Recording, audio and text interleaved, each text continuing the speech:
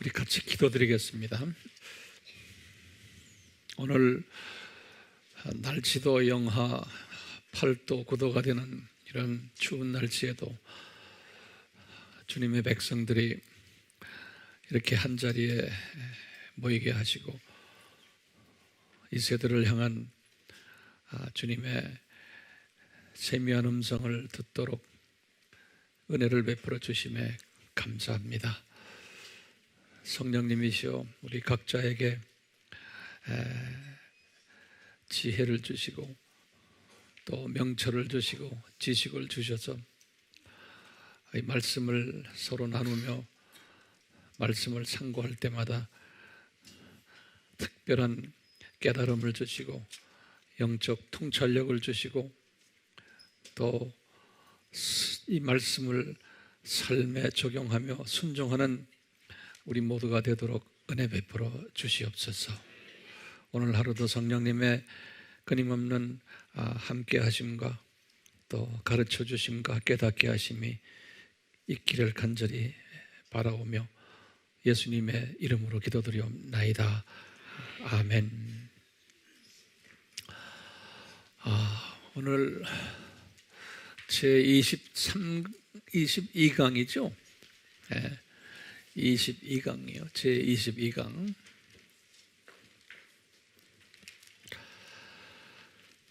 오늘부터는 조금 말씀이 좀 더 어려워질 수가 있어요. 그래서 제가 한꺼번에 많이 드리지 않고 하나하나 차근차근히 드리려고 그래요.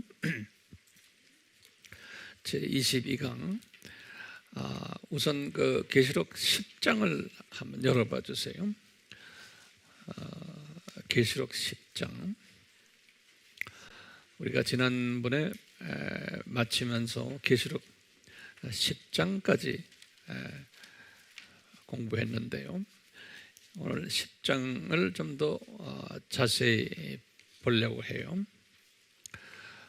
이 계시록 10장은 그 1절에 보시면 이제 성서에다 줄을 그으시면 좋겠어요. 내가 보니, 나라는 건 누구가요? 요한이에요. 요한이 보니까 다른 힘센 천사가, 거기다 줄을 그으시길 바랍니다. 다른 힘센 천사가 하늘에서 내려오는데 구름으로 옷 입고 머리에 무지개가 있으며 얼굴은 해와 같고 그의 발은 불기둥 같더라. 그의 손에는 작은 책이 펴 있고 그 작은 책에다가 또 형광 마크를 하세요. 작은 책. 이제 이렇게 한 다음에 이제 7절을 보세요. 7절. 일곱째 천사가, 거기다 또 줄을 그어주세요.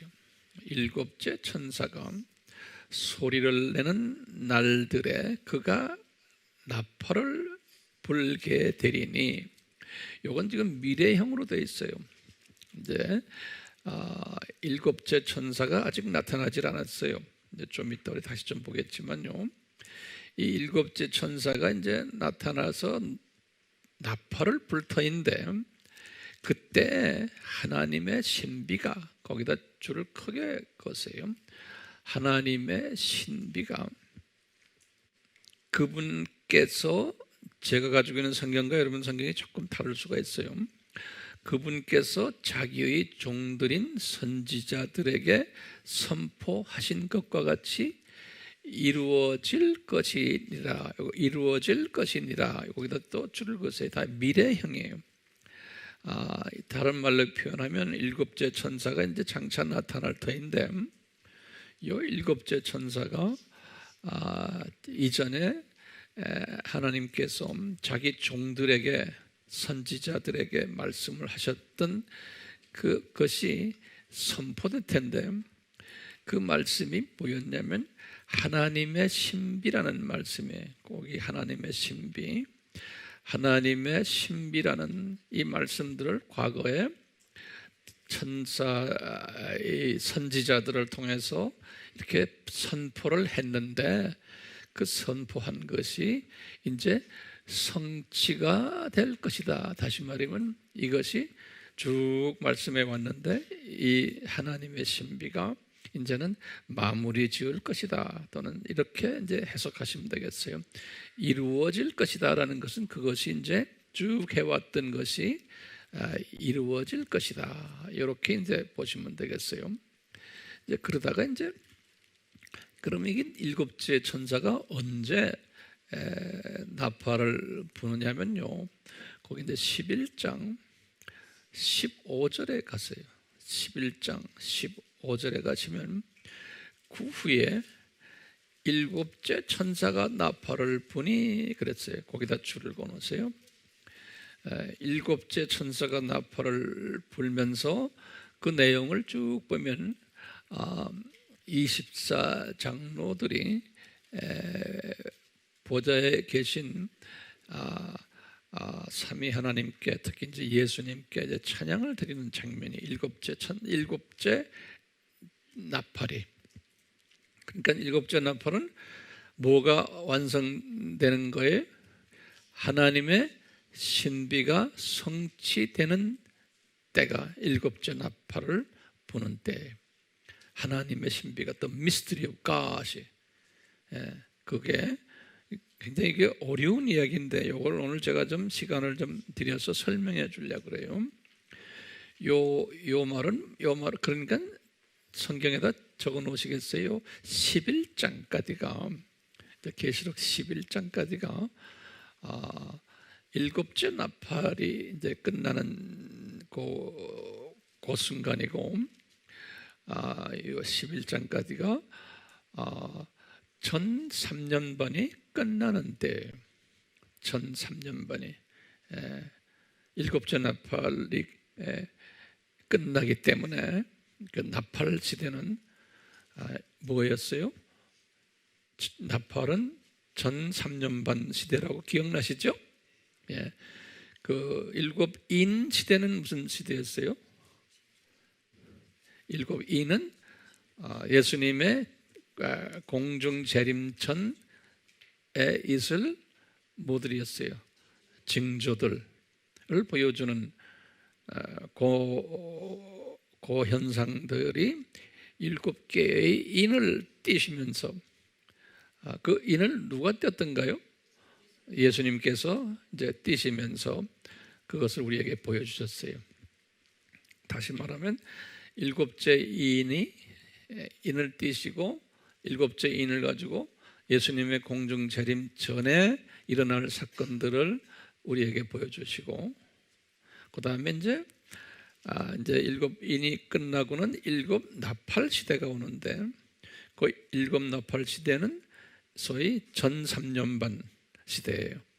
그래서 모든 것이 파괴가 되고 아주 여러 가지 어려움들이 오는 그러한 시기인데 그 일곱 나팔 시대가 끝날 때 마지막 이제 일곱 나팔을 부는 천사가 나타날 터인데 하고 그 일곱 천사가 무엇 할 것을 이야기하면서 요 나팔을 불 때 그동안에 선지자들에게 말씀해 주셨던 선포하셨던 하나님의 신비가 이제는 성취되는 때다 그러는 거예요. 그러니까 일곱째 나팔 때 하나님의 신비가 성취된다. 여기까지 잘 적으세요. 여기 우리 머리가 먼저 이렇게 정돈이 돼야 돼요. 오케이? 네. 성취되는 때다. 그러니까 이제 우리 이 말을 딱 들으면 항상 여러분들이 지혜를 가지세요. 성취되었다. 그러면 언제 이 하나님의 신비가 시작이 됐구나. 항상 그런 논리로 항상 생각하세요.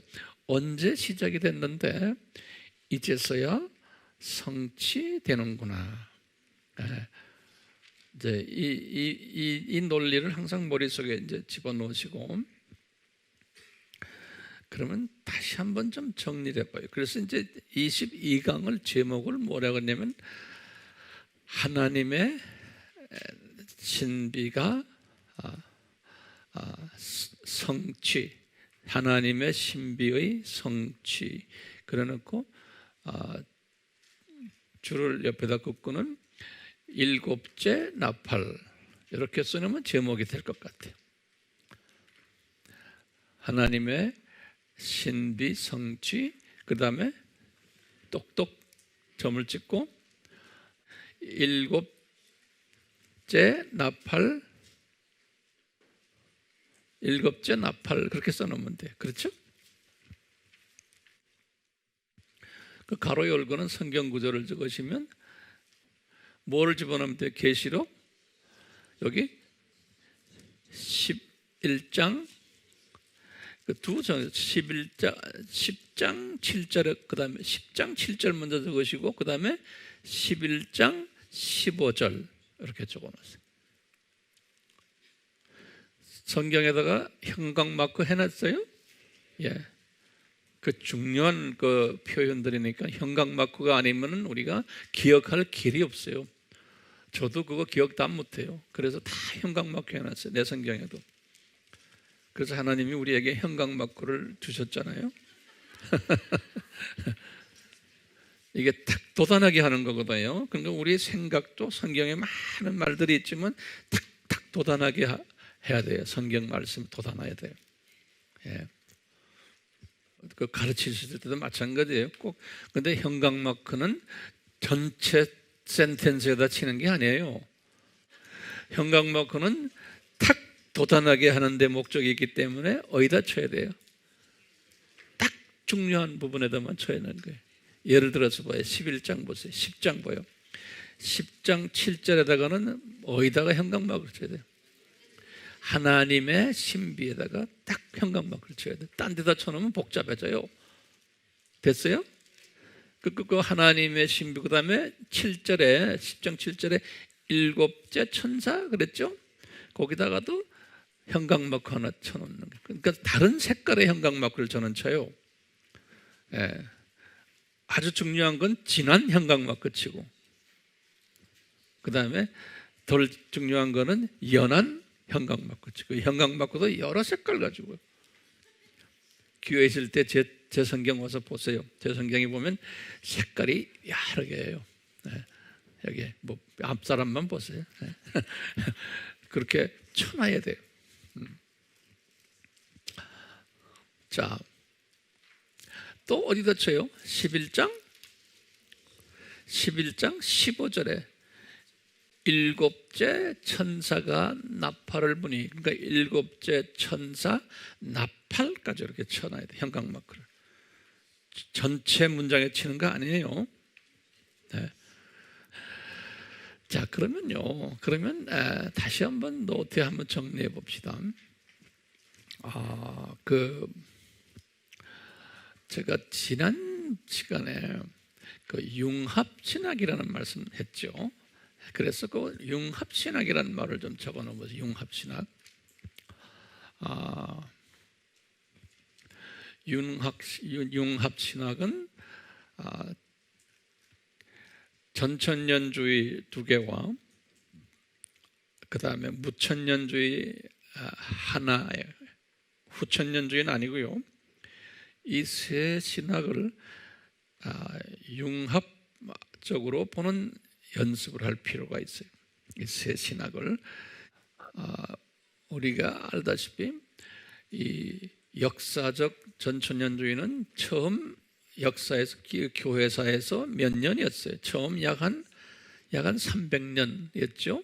그거 알아도 또 적으세요. 역사적 전천년주의는 교회사에서 처음 한 300년, 313년, 더 넓게 보면 380년, 380년이 로마 카톨릭이 데오디오스 황제가 기독교를 국교화한 해가 380년이에요. 313년은 콘스탄틴 황제가 기독교를 인정만 한 거예요. 인정만. 자기네 그 종교가 바벨론 종교였죠. 로마 카톨릭에. 바벨론 종교가 국교로 있다가 기독교를 공인한 것이 313년이고 이것을 완전히 바벨론 종교를 없애버리고 기독교를 국교화시킨 것이 380년이 황제 이름이 데오도시우스 이렇게 적어 놓으세요. 유명한 분들이니까요. 또 우리 기독교인들은 이런 부분을 잘 알아야 돼요. 나도 그 당시에 살지 않았지만 다 외웠기 때문에 이렇게 말씀드리는 거예요. 데오도시우스. 이 데오도시우스 황제까지는 이 종말론이 무슨 종말론이라고 보면 돼요? 역사적 전천년주의. 그러다가 이제 이 로마 황제 지금 이 데오도시우스 이후부터 무슨 주의로 바꿨어요? 무천년주의로 이제 바뀐 거예요. 무천년주의로 바뀌어서 쭉 지금까지 이어오고 있는 거예요.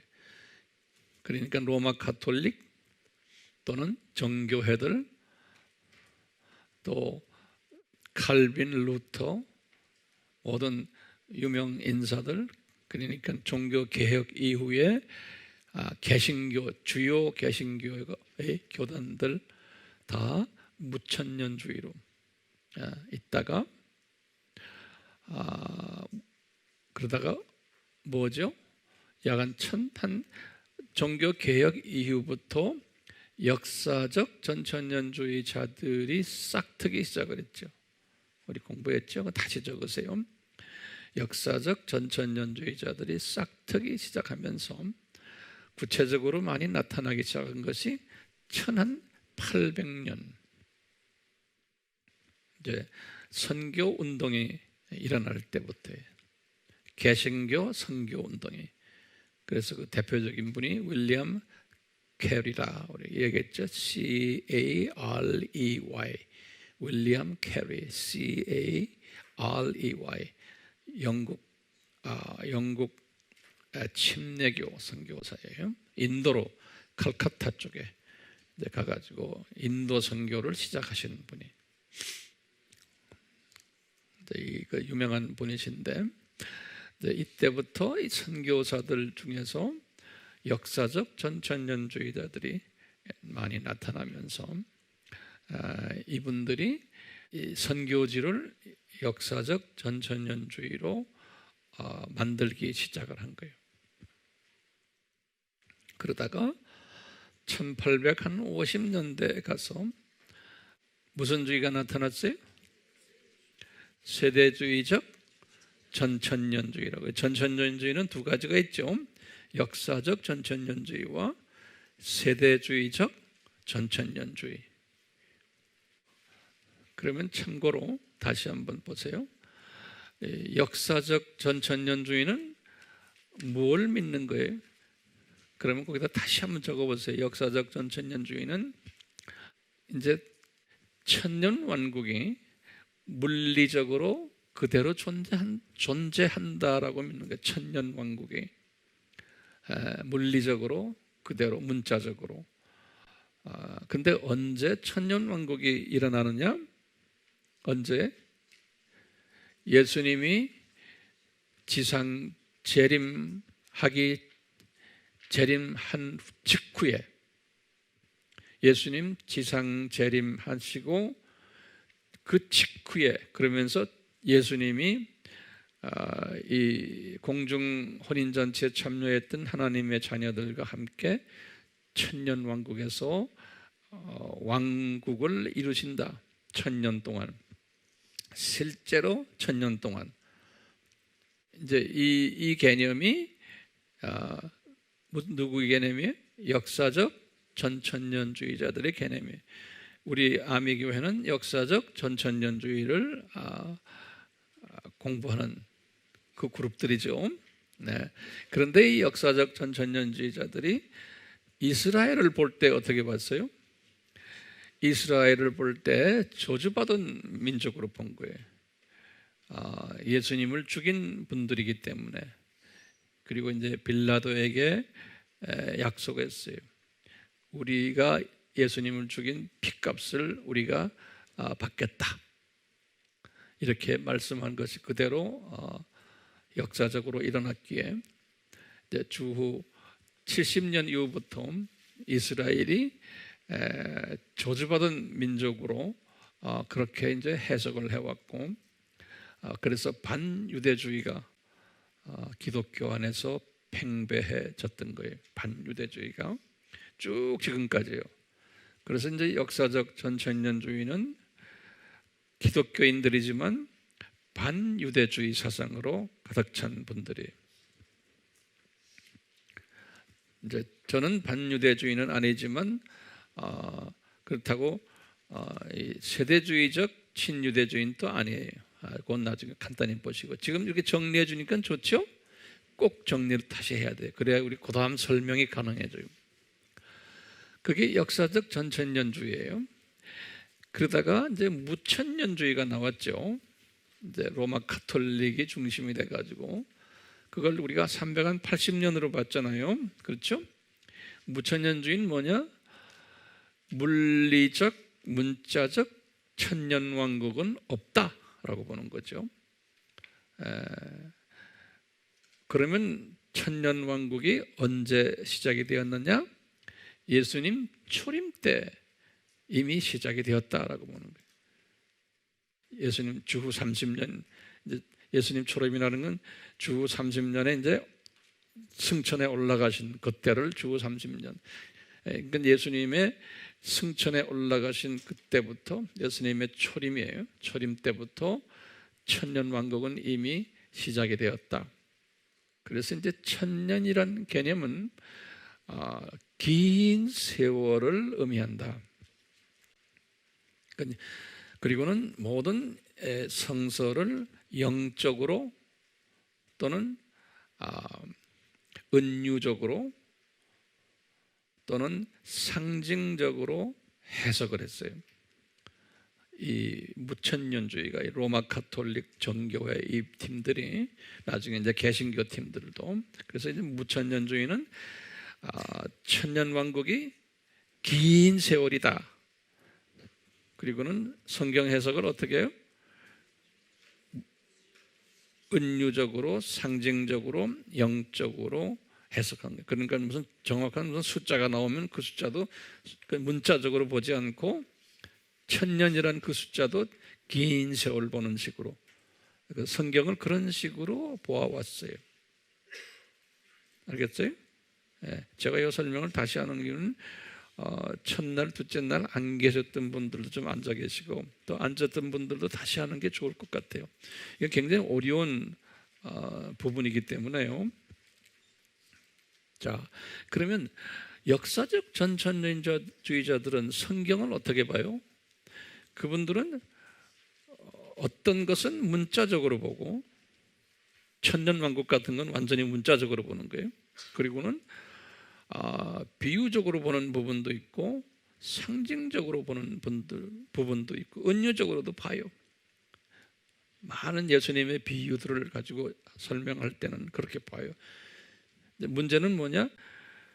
이분들은 그래도 문자적으로 보는 성경 해석들이 있는데 무천년주의자들은 문자적으로 안 보는 거예요. 그러다 보니까 장단점이 다 있어요.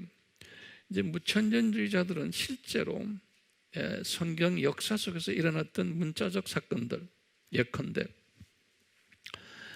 이스라엘의 400년 동안 노예 생활, 그걸 실제 문자적으로 봐야죠. 역사 속에서 증명된 거니까. 그 자체도 안 보는 경향이 있는 사람들이 있는 거예요. 그러니까 갈등이에요. 이분들에게도 갈등인 거예요. 이제 모세가 40년도 그 문자적으로 봐야 되는데 그렇게 안 보면 문제가 생기는 거예요. 그러니까 이 무천년주의 분들도 이런 부분에서 갈등들이 많아요. 풀리지 않는 갈등들이. 역사적 전천년주의자들도 어떤 부분에서는 은유적으로 해석해야 되고 비유적으로, 영적으로 해석해야 될 부분들이 또 많은 거예요. 그러니까 이 두 두 팀들의 그 해석들을 서로가 참고하면서 서로가 받아들일 건 받아주고 하면서 갈 때가 지금 온 거예요. 오늘날에. 네. 왜냐하면 이 두 팀들의 안에 수없는 훌륭한 목회자들, 신학자들, 성도들이 있거든요. 그 한쪽이 사탄의 그룹이 아닌 거예요. 근데 이제 자기 쪽의 이론만 전개를 가면서 다른 쪽을 이단화 시켜버리면 그건 사탄의 그룹으로 돼버리는 거 아니에요? 이단이라는 것은. 그렇게 하는 일들이 과거 역사 속에서 있었기 때문에 마음이 아픈 거예요. 그러지 말아야 되는데 이런 과정 속에서 후천년주의는 무천년주의, 역사적 전천년주의는 세상을 보는 게 어떻게 해요? 예수님 재림 전에는 세상이 더 나빠질 거다. 비관적으로 보는 그룹들이라고 그랬죠. 비관적으로 보는 그룹들이요. 세상이 더 악해질 거다. 이렇게 이제 보는 거예요.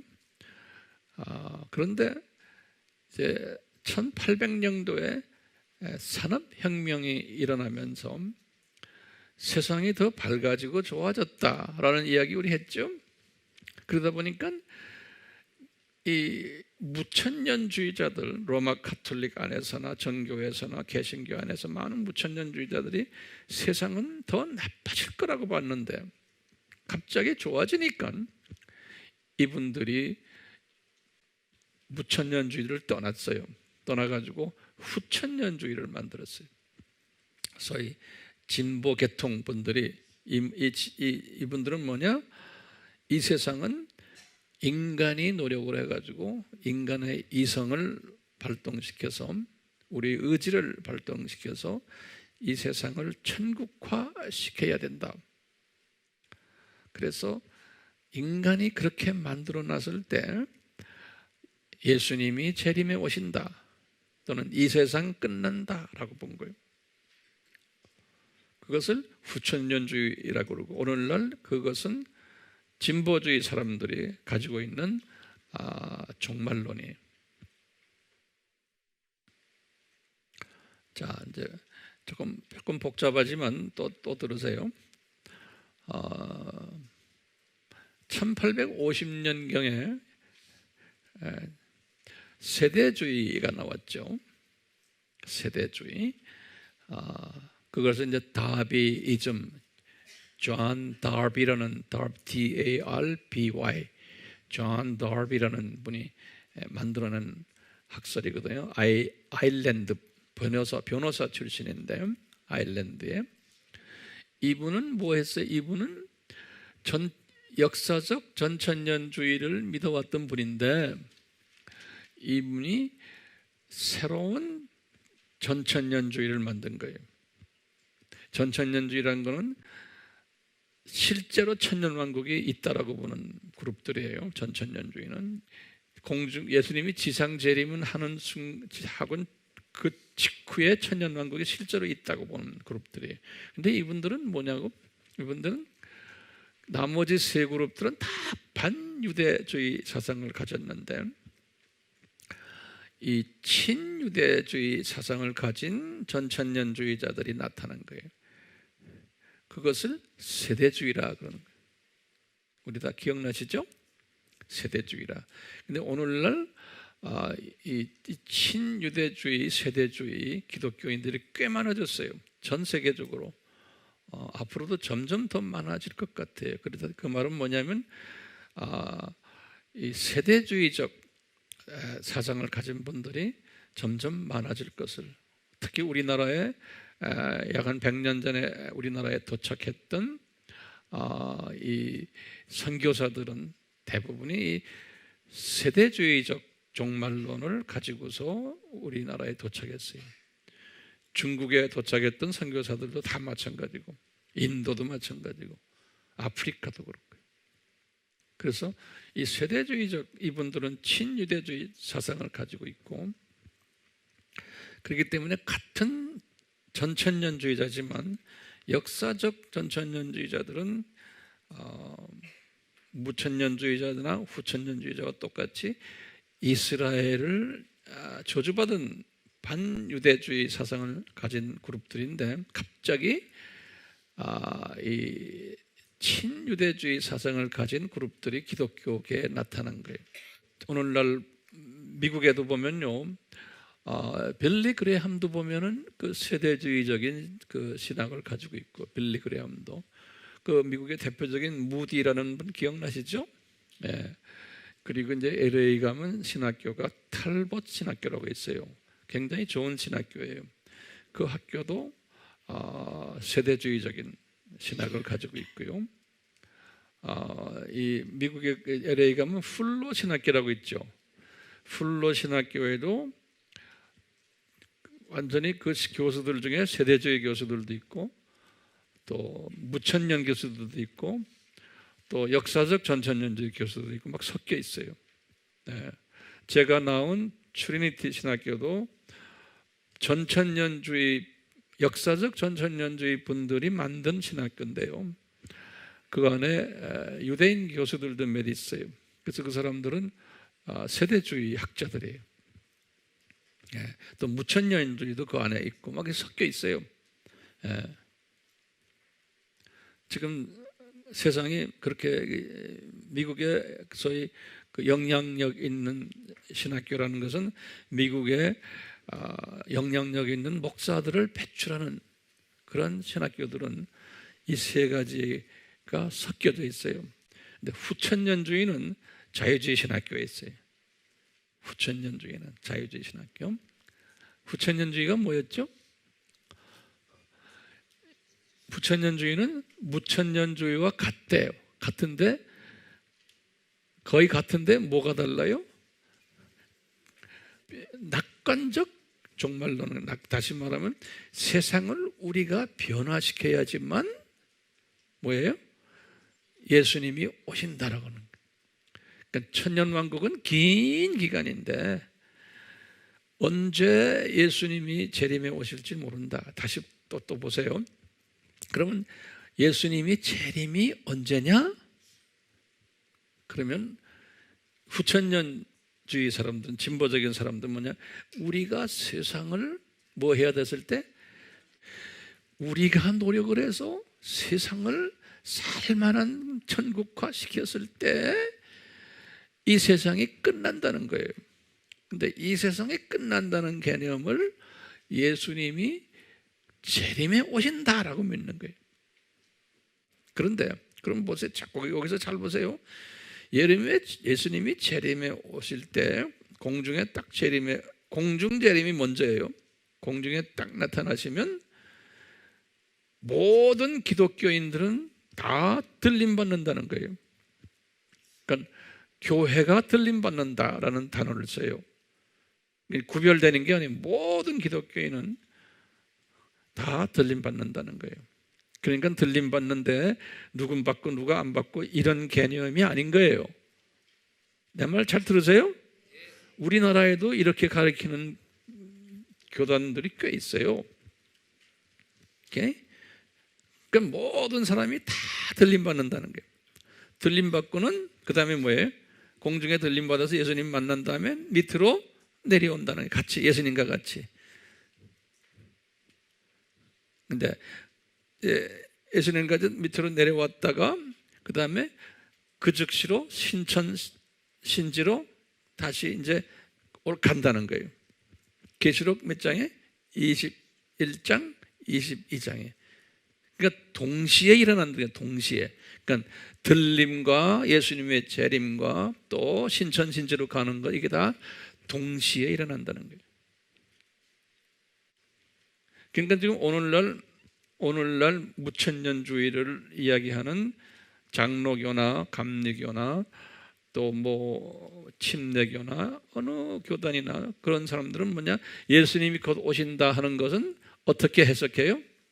지금 예수님이 곧 오신다 하는 이것은, 이 사람들은 무천년주의 사람들은 세상이 지금 악해지는 거는 똑같아요. 그렇죠? 그러니까 예수님이 곧 오신다는 거, 예수님이 오시면은 우리 모두가 다 들림 받는다는 거예요. 에브리바디가 들림 받고 그 다음에 예수님과 같이 내려왔다가 그 길로 동시에 신천신지로 들어간다는 거예요. 그렇게 믿고 있는 그런 사람들이 우리나라에도 꽤 많은 거예요. 또 역사적 전천년주의나 세대주의는 어떻게 믿어요? 그 사람들은 물리적으로 천년왕국이 있다고 믿는 사람들이에요. 오케이?